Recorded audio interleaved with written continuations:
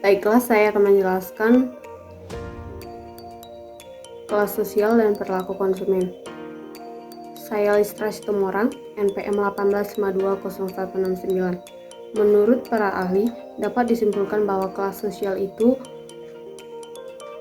adalah sebagai pembagian anggota masyarakat ke dalam suatu hierarki atau status kelas yang berbeda, sehingga para anggota setiap kelas secara relatif mempunyai status yang sama dan para anggota kelas lainnya mempunyai status yang lebih tinggi atau lebih rendah. Perilaku konsumen menurut para ahli dapat disimpulkan bahwa perilaku konsumen itu mempunyai dua hal penting. Yang pertama sebagai kegiatan fisik dan yang kedua sebagai proses pengambilan keputusan. Perilaku konsumen itu adalah di mana semua tindakan, kegiatan, dan proses psikologis yang mendorong tindakan tersebut pada saat sebelum membeli, ketika membeli, menggunakan, menghabiskan produk dan jasa, setelah itu melakukan hal-hal untuk dievaluasi.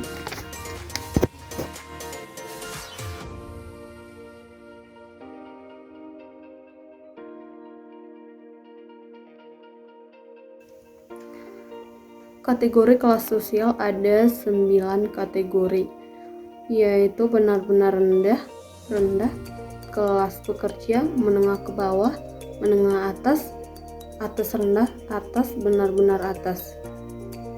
Faktor-faktor yang mempengaruhi penentuan kelas sosial ada 3 variabel.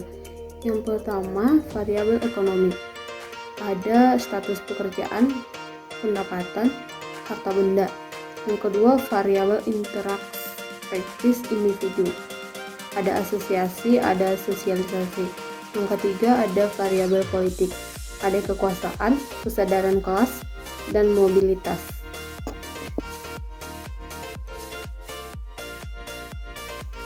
Indikator pembagian kelas sosial ada 3. Yang pertama, kekayaan. Kelas sosial adalah salah satu penggambaran dari suatu gaya hidup masyarakat. Yang kedua, pekerjaan. Suatu pekerjaan dijadikan indikator penentu kelas sosial adalah karena suatu pekerjaan memiliki tingkah kehormatan di mata masyarakat yang bisa berkaitan dengan gaya hidup seseorang. Yang ketiga, pendidikan.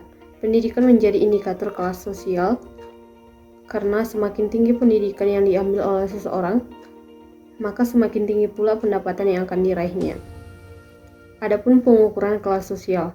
Yang pertama, ukuran subjektif. Untuk mengukur kelas sosial dengan pendekatan ini, para individu diminta untuk menaksir kedudukan kelas sosial mereka masing-masing. Yang kedua, reputasi. Pendekatan reputasi untuk mengukur kelas sosial memerlukan informan mengenai masyarakat yang dipilih untuk membuat pertimbangan awal mengenai keanggotaan kelas sosial orang lain dalam masyarakat. Yang ketiga, ukuran objektif.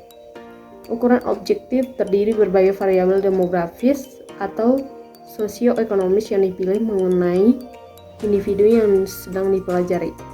Ukuran objektif kelas sosial terbagi menjadi 2 kategori pokok, yaitu indeks variabel tunggal dan indeks variabel gabungan.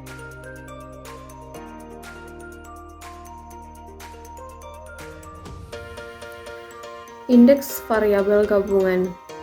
Indeks gabungan secara sistematis menggabungkan sejumlah faktor sosial ekonomi untuk membentuk satu ukuran kedudukan kelas sosial yang menyeluruh.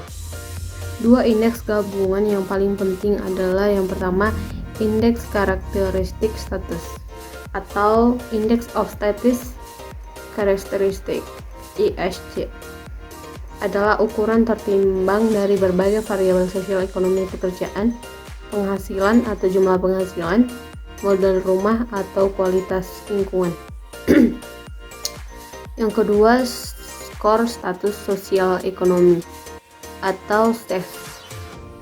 Ini menggabungkan 3 variabel pekerjaan, penghasilan keluarga, dan tingkat pendidikan. STES ini dikembangkan oleh United States Bureau of the Census Penerapan kelas sosial dalam perilaku konsumen.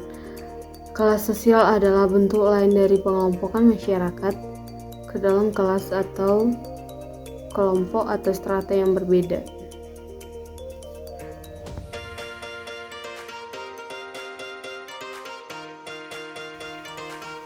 Pemasaran pada segmen pasar berdasarkan kelas sosial berbeda-beda sesuai dengan kelas sosial yang ingin dituju. Dapat dilihat jika ingin memasarkan suatu produk yang mempunyai kelas sosial yang tinggi biasanya menggunakan iklan yang premium atau bisa dibilang lebih eksklusif karena dapat diketahui bahwa orang-orang yang berada di kelas sosial atau memiliki status sosial yang tertinggi mereka lebih memilih produk yang higienis, barang bermerek, barang terbaru, dan kualitas yang sangat bagus atau disebut sebagai branded. Berbeda apabila pemasaran yang dituju pada kelas sosial terendah.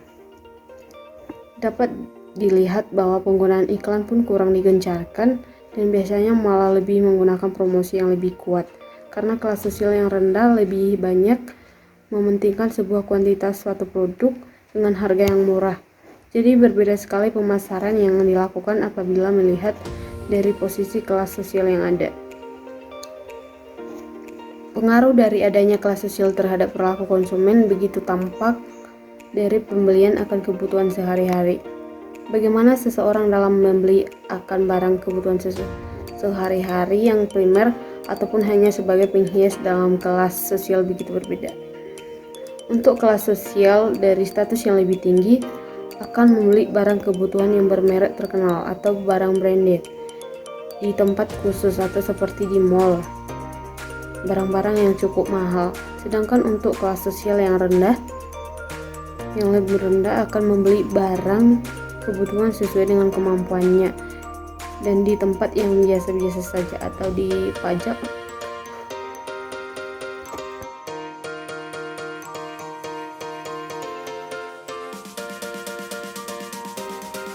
Contoh kasus kelas sosial, kita bisa melihatnya di mall. Jika kita pergi ke mall, kita dapat membedakan kelas sosial yang rendah dan kelas sosial yang tinggi. Jika orang yang pergi ke tempat toko yang berkualitas, bermerek, dan tempat toko yang terkenal, itu termasuk orang-orang yang berkualitas kelas sosial yang tinggi karena mereka membeli barang-barang branded, produk yang keluaran terbaru dan tidak membutuhkan suatu diskon. Jika orang-orang yang pergi ke tempat-tempat biasa saja dan membeli barang sesuai dengan kebutuhannya dan sangat memerlukan suatu diskon, itu termasuk orang-orang yang berkelas sosial rendah. Dan jika kita pergi ke restoran, kita dapat mengetahui jika orang tersebut orang berkelas tinggi karena mereka membeli makanan yang higienis dan sangat berharga. Jika orang-orang yang sederhana akan pergi ke rumah makan biasa membeli makan yang penting makan. Demikian presentasi dari saya ucapkan sekian dan terima kasih.